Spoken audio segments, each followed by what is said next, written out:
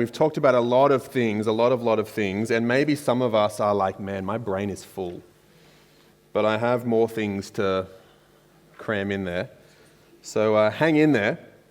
We've talked about vision and what it is and why and how and pipeline and feedback loops. And I can still imagine some of us in this room who would still feel like, I don't feel fully 100% confident that I could go and do it. We've talked about it and oscillating and here and there and Martin Luther King Jr. and so many things, but I just don't feel like I could do it. Or I could still think of some of us who are like, I still need clarification on some more things. And so what I wanted to do in this talk is put vision again into its broader context and think of it just in terms of a couple of different pieces. The first one is vision and goals, because people, aren't they the same thing, or are they the same thing, or they're both the future, so how does that work? And then a bit of vision in its broader context with other people, and vision and recruitment. I just want to tie some threads in. That's what I want to do. So let's talk about vision and goals, because I almost never do. Some people really like goals, and they love to set them, and they love to achieve them. And if you love goals and they work for you, I don't want to yuck your yum. If it's good and it works, then good, great, very good. Goals are definitely a tool in the tool belt. But like every tool, they shouldn't be deployed all the time. And tools should be used thoughtfully and carefully. And so I want to tell you my 3 big reasons why I don't love goals as one of my big tools. And I know this might be, for people who care about these kind of things, very controversial. Because goals are like what everyone loves. And leadership is supposed to be all about goals and articulating them. And so I am aware I might be wrong. But it's my conference. So I want to tell you what I think. But just be aware, I'm open to this being wrong. If you're a goal person, you can come and advise me and straighten me out. Number 1, I find especially SMART goals a bit patronizing. You know the acronym SMART? Specific, measurable, assignable, realistic, time-related. Now, before you jump in, some of the smart enthusiasts in the room might want to just interject and say, the A is wrong. It's not assignable, it's achievable. Others of us would say it's attainable. Others of us would say it should say acceptable. We'll come back to that. I wrote what I wrote. The SMART acronym hasn't existed forever. If you were born in the 80s or the 70s, you might think the SMART acronym has existed forever and it's just the way it is, and like Moses used it and the pharaohs used it, and it just exists. But if you were born before the 70s, then you might remember a time when SMART was not the way that we talked about goals. The SMART acronym was invented in 1981. It's relatively new. It was invented by a guy called George Doran. He was an American business consultant person, and he wrote an unbelievably influential paper outlining the SMART goal process. And this is it. This is his 1981, the Origi Dig. And what he was trying to do is he was trying to help companies to organize their efforts in a more intentional and effective way so they could improve the chances that they would be successful. That sounds great. That's a good idea. And no problem so far. Along the way, we changed it to achievable. And what is the difference between assignable and achievable? Assignable assumes that there's more than one of us. And it assumes that this goal is going to be given to someone else, assigned to them. And it assumes some kind of team and some kind of old school command and control leadership organization where I will assign you a goal and you would say, "Thank you, sir, may I have another?" Achievable means it's something that I can set for myself. And Doran never had that in mind. Acceptable is Peter Drucker's version. Drucker, like I said, he's kind of like the big boy management, leadership stuff he was unreal, from 1930 to the early 2000s. Just, that's so long. He's so influential, and his legacy is massive and continues in people like Jim Collins and Francis Hesselbein and all these amazing leaders. One of Drucker's big things was the MBO. Some of us will know this, management by objective. And I know not all of us enjoy this kind of leadership history 101, but the history of these ideas is important at least to one of us in this room, and so I wanted to tell you how it works. So Drucker was so big on this management by objective thing, and part of what he was trying to do was he wanted to break some of that corporate command and control culture and, just like hammer the rivets, push the thing, pull the lever, just do your job, factory floor kind of thing. And because he knew that in the more modern world, there was going to be what he called knowledge workers, not just hammer the rivets, but people who had to lead by thinking. And he was like, well, that command and control doesn't work anymore. We need to do a different thing. So he was trying to build ownership and empowerment and control of decisions from the employers to the employees. Great stuff. Really, that's awesome. If you've ever used those kind of KPIs, those sort of like useless, barely coherent, time-wasting performance art conversations that people do, key performance indicators, Drucker invented those. He invented them in the 1950s. And then everyone realized they don't work, and so they invented OKRs. I don't know if you ever know those things. And then they worked out those didn't work either, and so they worked out something else. And we keep on just trying to find new things to help crap people be better. That's what they exist for. Anyway, so Drucker, he said acceptable, because he was trying to create a way for employees and companies to kind of work together on these things.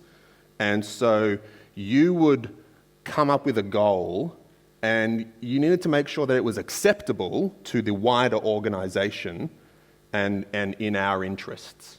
Acceptable. So having said all of that, I find SMART goals to be a bit patronizing. Oh, my goal should be R for relevant. Wow, what a great idea. Thanks for telling me.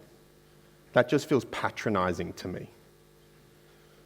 I also get why it needs to be measurable, because then you can tell whether I achieved it or not. But not everything worth achieving is measurable. And in fact, a lot of the most important things are not measurable, which means that SMART goals are often focusing us on things that are not important, or at least aren't most important. And they give off the vibe that they're all very objective, but they're actually not. Because the goals need to be achievable, depending on which A you use. And at first, achievable, it makes intuitive sense. But the more you think about it, the less it makes sense. What I said, the goal, let's say this is, you have to talk to one person and welcome them after church tomorrow. That's a SMART goal. It's specific, it could be more specific, but it's specific. I could say talk to Bob, I suppose, but talk to a person. It's measurable, it's achievable, it's relevant, it's time-related, it's SMART. But you and I both know that's a pretty crap goal because it's too achievable. It's too SMART. I did the thing too much. My goal should have been less achievable, and that would make it better. And so, what are we even talking about? If you can do the system perfectly, and for the outcome to still be wrong, it means the system is broken. That's my first reason. My second reason, and it's related to the first one, is that SMART goals focus on the lowest performer. The people who need SMART goals and a whole elaborate process to force them to do it are people who don't want to do anything anyway. You need SMART goals for the wheelbarrows and the sensor lights and the blisters and those kind of people in your organization. You know those people? The wheelbarrow, the ones who only work when they're pushed, and the sensor light, who only work when someone walks past, and the blisters, who only turn up after the work's done. These people. These are the people you need SMART goals for. These kind of people, they're trying to not do anything, and you got to find a way to make them do stuff. Or you need some way to track how ineffective they are so you can get rid of them and not have Fair Work get mad at you. That's why we have them.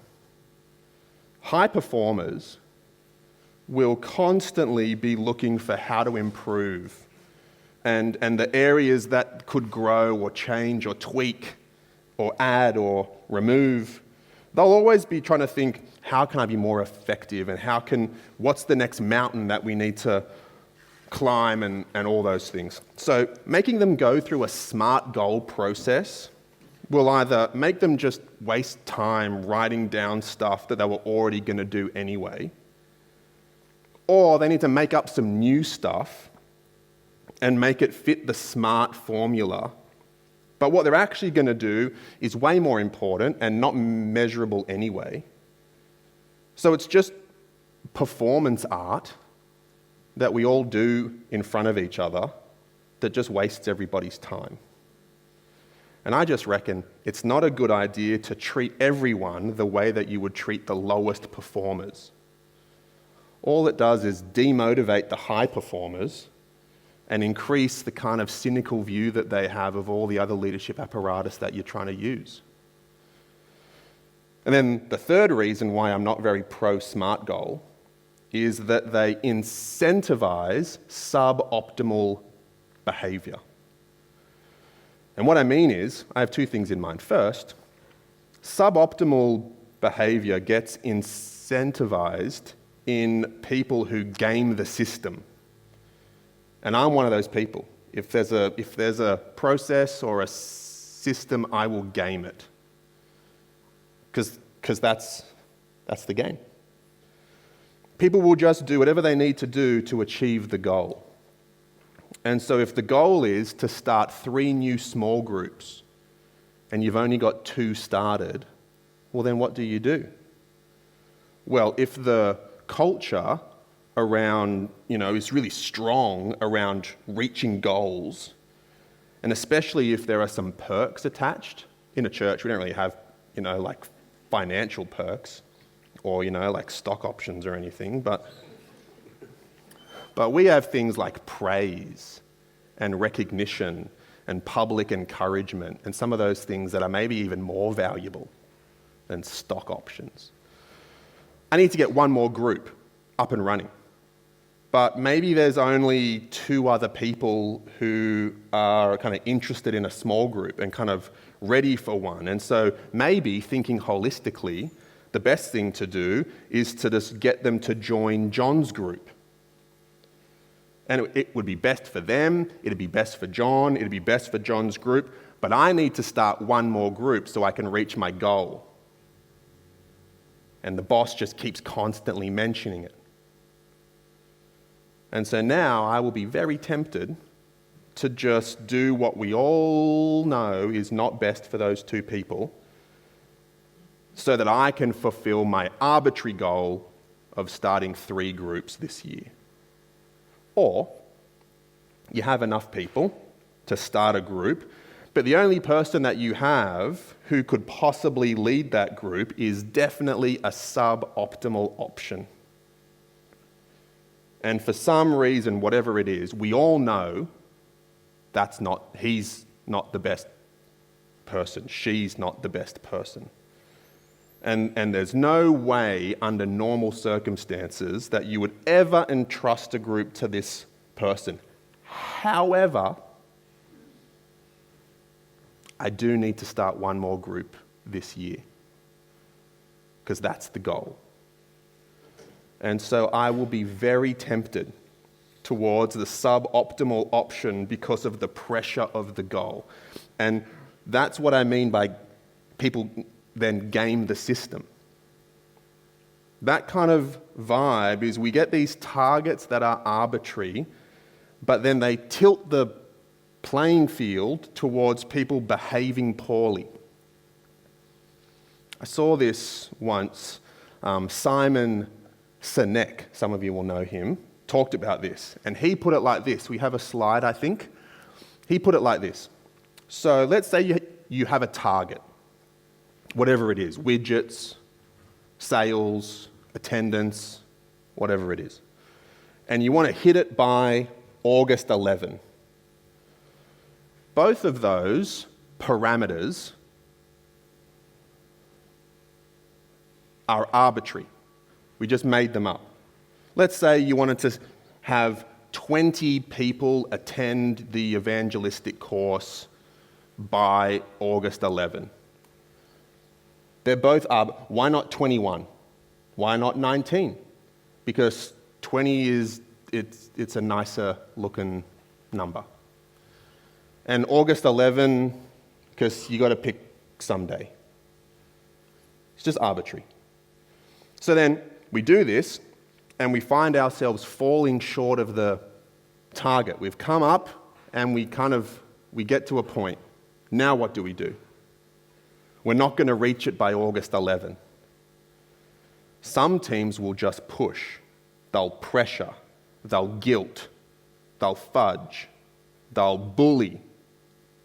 And then they'll reach the target. And they did it. And they're praised, and they're promoted, and they're championed, and none of the things that they did were in line with the kind of behaviors that we want. But we can't measure those things because they're too important. So we measure the thing that's less important. So they employed those tactics. They reached their target. We rewarded them for it, unwittingly probably. We didn't realize, but we still did it. Then there's this other team, and they didn't do that. They stayed true to their character. They treated people properly. They loved them. They were kind. They were patient. And by October 11, they had 22 people come to their evangelistic course. They achieved their target, but they missed it. They missed the target.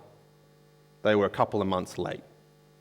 And they did it with Christ-like character and all the things that you say is valuable in your culture, but they didn't do it by the obviously arbitrary time of August 11. And so you don't praise them, you don't champion them, and you don't promote them.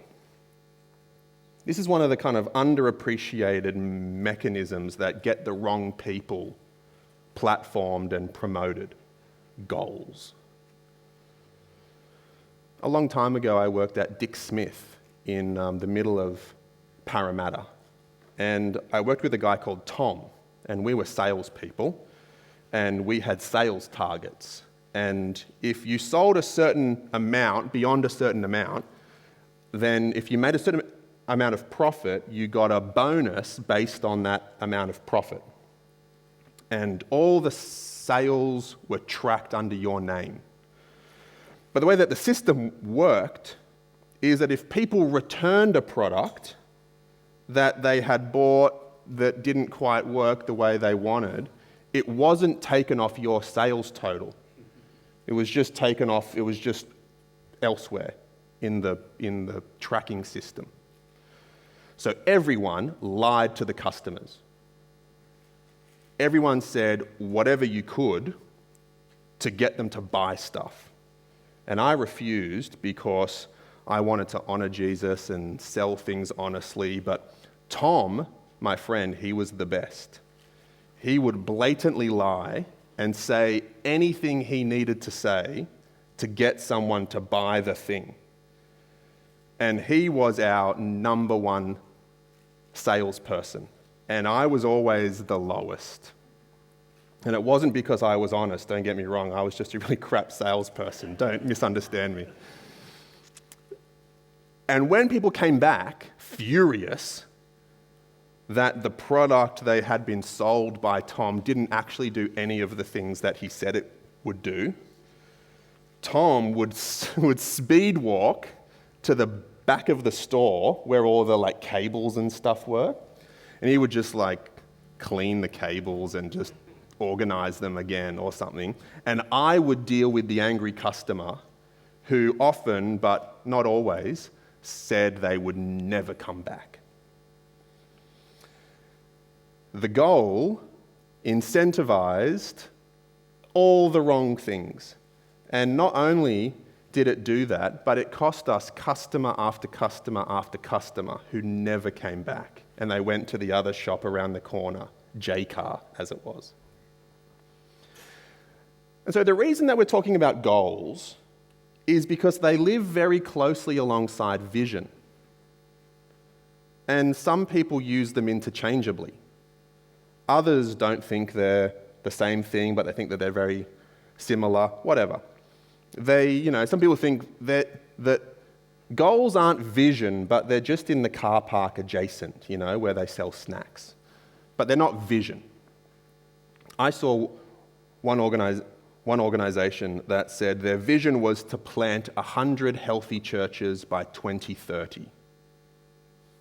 It's great. Sounds a lot like a goal. My view is, who cares? Goals, vision. You say tomato, I say potato. 100, is 100 healthy churches, is that a vision or is it a goal? I don't know. It's a picture of the preferred future that we're all working towards, so call it what you want.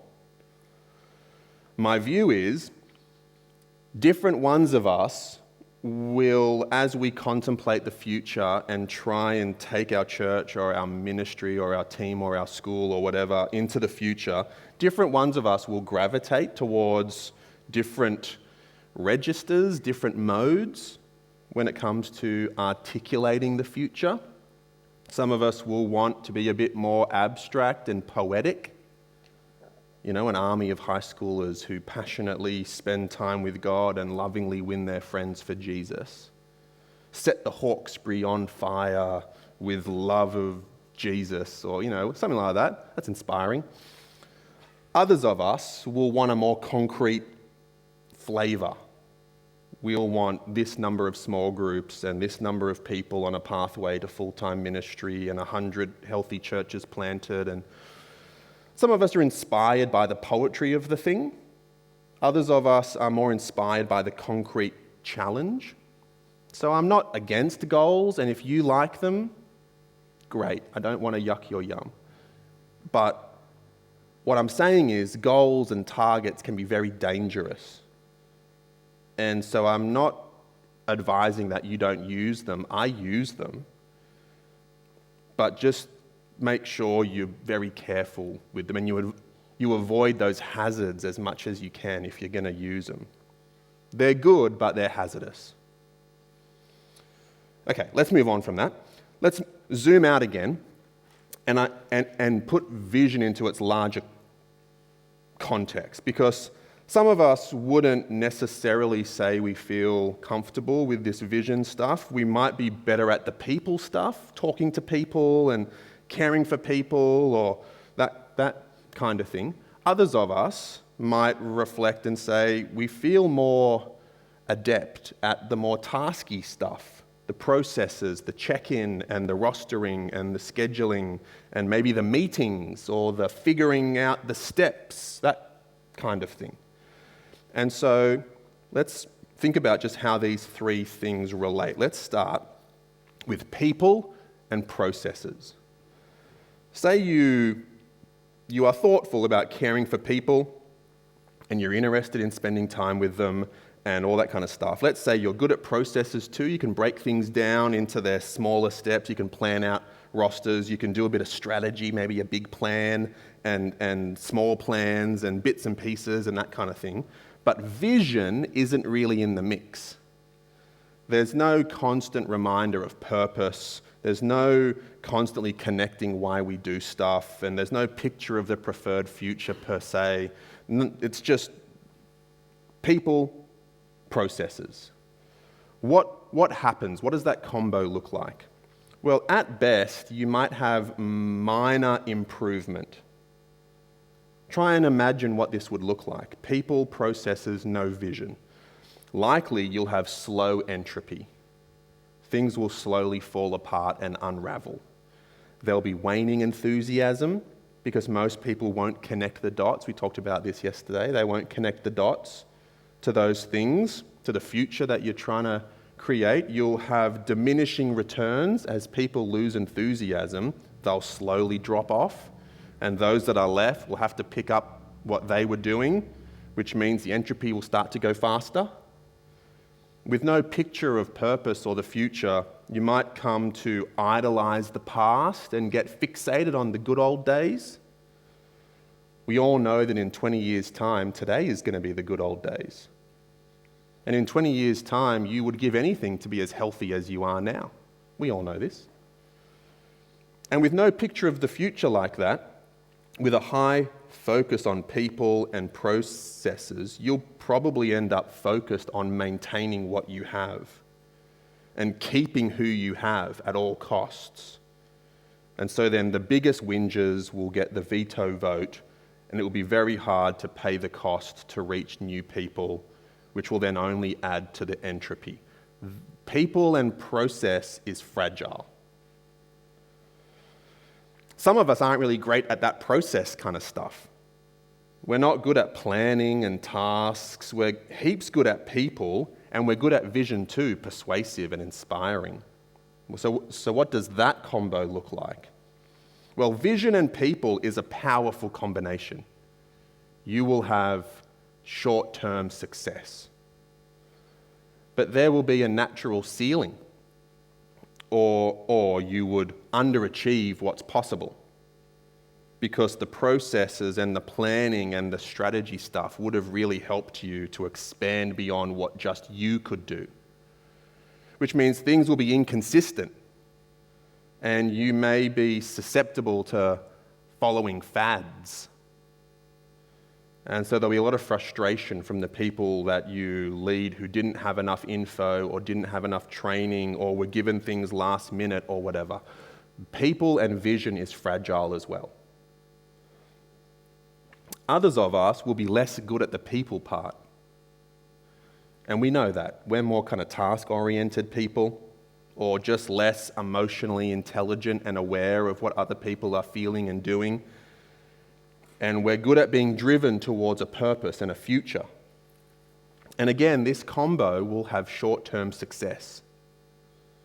We're going to go somewhere, and we know what we're going to do to help us get there. But the hazard is this kind of combo is very open to that kind of tyrannical leadership style that we talked about earlier. Even kind of an unwitting, accidental tyrannical leadership style. It's very susceptible to the incentivizing of suboptimal behaviors, which means people will be damaged. The pile of bodies behind the bus will be big. And we've seen lots of examples of this combo in church world. Gary mentioned some of them, but we all know them in the American ecosystem and the UK and here in Australia as well. There's lots of stories of this kind of dynamic. This too is fragile. When you have only two of the three, doesn't matter which two, they're all fragile. They're flimsy, they're brittle. It's when the three interlock that you really gain some stability. And for those of us who struggle with vision, or are somewhat skeptical, or just afraid, or not very confident, and need some more motive to bother, then maybe this might help us with that kind of motive. This is how vision fits into those other good things that we do. So that's the broader context. Another way that vision plays its part is in recruitment. When vision is weak, recruitment is brutal. And one reason why recruitment and vision are connected is that they're both about the future. When you're recruiting someone, it's inherently vision. Recruitment is vision casting. What are you trying to achieve? What role will they play in that? What will it look like? How will it work? Why should they bother? It's all purpose, it's all future, it's all vision. And when your vision is weak, when you don't know what you're trying to achieve or why you do stuff or what mountain you're trying to climb, it's not that you're not doing vision, it's that you're doing it poorly. And so you'll rely on other tactics. You'll rely on guilt, or you'll rely on lowering the commitment, lowering the bar, or you'll rely on the power of your personality, or the favors that you've accrued or something.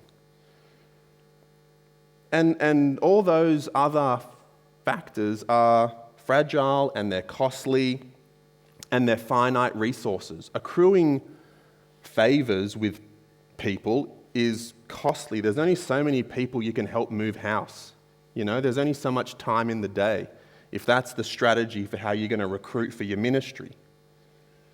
Lowering the bar is costly, and there's only so far that you can lower it. Relying on guilt is costly, and it often means that you get the wrong people. Whereas, in contrast, vision is a renewable resource, and it hardly costs anything. Costs a bit of time to think of it, I suppose, but besides that, it's free. Back in 2015, when we were rebuilding the kids' ministry at the other church, there was almost no leaders, just a handful. And we needed lots more. We were recruiting for creche and K-2 and 3-6 and the midweek Arvo kids group and pre-K as well, I think. We needed team leaders and frontline leaders. We were ratcheting up what we expected, remember, not just 1 hour, but 2 hours. Kids ministry was a tainted brand, let me put it like that. People didn't want to join it. We had 5 weeks before we needed to get started. Our recruitment strategy was vision. We cast the vision about what we wanted to see, why kids ministry was important, why it was valuable, how we were going to run it, why we were going to run it the way we were going to run it. And then we started messaging people in the church to say, Can we have a conversation on Sunday after church and me, Miles, Nathan, talking to people? And between us, in 5 weeks, we recruited something like 15 people to join the kids' ministry. And by the end of the year, we had recruited something like 20 to 25 people to join the kids' ministry who had either never done it before or not for a very long time. When vision is weak, recruitment is brutal.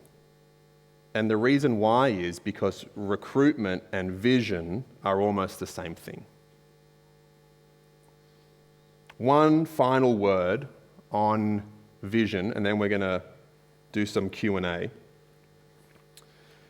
Vision is not always, we've talked a lot about it, and I've always said it's good. Vision is not always good.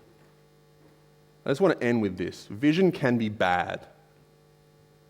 It's not always definitely good or moral. You can have an immoral vision, a vision that dishonors God. That's obvious, I guess, but it's still worth saying out loud. But it's also worth pointing out that even with a good vision, it can still be bad. Even a good vision can dishonor God. And I want to share with you a paragraph from a book that I read back in 2004, 20 years ago. And it's still burned into my brain. And this paragraph is one of, I think, the most important paragraphs that I have ever read in my life. So I wanted to share it with you. And, over 20 years, I've been to a lot of Christian conferences and a lot of Christian leadership conferences, and I have waited 20 years to hear not just this paragraph exactly, but just the thought behind this, that someone would express it. And I've waited and waited to hear this thought and I never have, and so today is the day. Hustle is the day after 20 years. In 1938, Dietrich Bonhoeffer wrote a very important book called Life Together. And he was a Christian pastor in Germany under Adolf Hitler. And he wrote this book, and in this book he wrote this paragraph. We'll put it on the screen, I think. And I'll hand it out in our leader talk summary things, so you don't need to write it down if you don't want to. We're going to give it to you. This is what he said: God hates visionary dreaming. Just in case that's what our conference is about, in case you didn't join that dot. He has a very specific thing in mind, though, when good visions are actually bad. The reason why is it makes the dreamer proud and pretentious. The man who fashions a visionary ideal of community demands that it be realized by God and by others and by himself. He enters the community of Christians with his demands, sets up his own law, and judges the brethren and God himself accordingly. He stands adamant, a living reproach to all others in the circle of brethren. He acts as if he is the creator of the Christian community, as if his dream binds men together. And when things don't go his way, he calls the effort a failure. When his ideal picture is destroyed, he sees the community going to smash. And so he becomes first an accuser of his brethren, then an accuser of God, and finally the despairing accuser of himself. That's a very important paragraph. This is what vision can do to a person. This is what vision can do to a church, or a ministry, or a team, or a school, or whatever. You know how earlier we had the Venn thing of all the different people and purposes and all that stuff? But there was vision, purpose, and no people. Remember that one? This paragraph, I think, is that. This is what happens when your vision for your church becomes all-consuming. When the vision becomes all-consuming, it consumes all. And it will consume you, and it will consume others. When your vision, what you're passionate about, of course, you are excited about it and it's very important. But when your vision goes from being something that you are prayerfully working towards and becomes something that you demand to be realized, and there are no lengths that you won't go to, then your vision will curdle. It'll become toxic. It needs to go in the bin.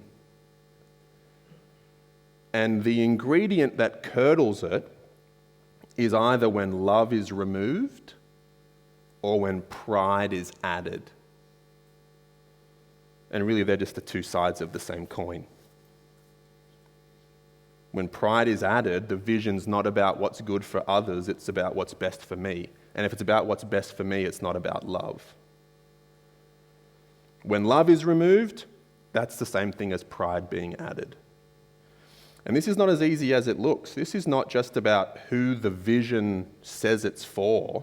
It's not simplistic and surface like that. Of course, our visions are all about other people. Of course, why would we say anything else? But is it really? Vision can be bad, and vision can also go bad. Like lots of leadership pieces, apparatus, skill sets, they're all neutral. Well, most of them are neutral. They can be used for good, they can be used for bad. They can be twisted and eroded and warped and perverted. And one of the key principles of Hustle, our vision for leadership, is that for us, leading is loving.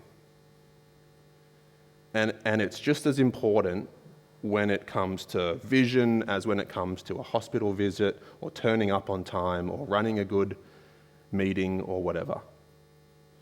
Is your vision driven by, characterized by love for others, or is it just a vehicle for pride?